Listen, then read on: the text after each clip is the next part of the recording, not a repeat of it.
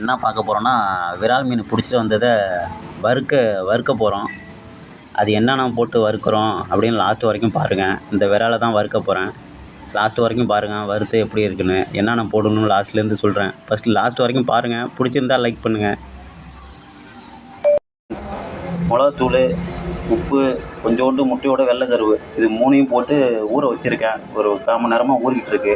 இந்த பாருங்க, மிளகாத்தூள் வச்சுருக்கேன். முட்டையோட வெள்ளைக்கருவு உண்டி விட்டுனோம்னா மிளகாத்தூள்லாம் பிரிஞ்சு போகாமல் இருக்கிறதுக்கு பிடிச்சிக்கும், அந்த பிசுபிசு தன்மையில்.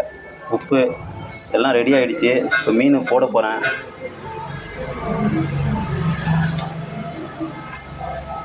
பாருங்கள், லாஸ்ட் வரைக்கும் பாருங்கள் வீடியோவில். நண்பர் ஒருத்தர் கேட்டிருந்தார், அதனால் அந்த வேலை. ஏன் இப்போ தோசைக்கல்லில் செய்கிறேன்னா, நம்ம எண்ணெயில் போட்டு எடுத்தோம்னா மீன் அந்தளவுக்கு டேஸ்ட் இருக்காது.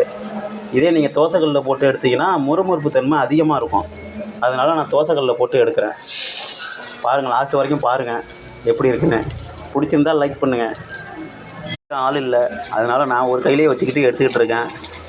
அடுத்த வாட்டி எடுக்கும் போது பசங்களை யாரையாவது வச்சுக்கிட்டு எடுக்கிறேன். லாஸ்ட் வரைக்கும் பாருங்கள்.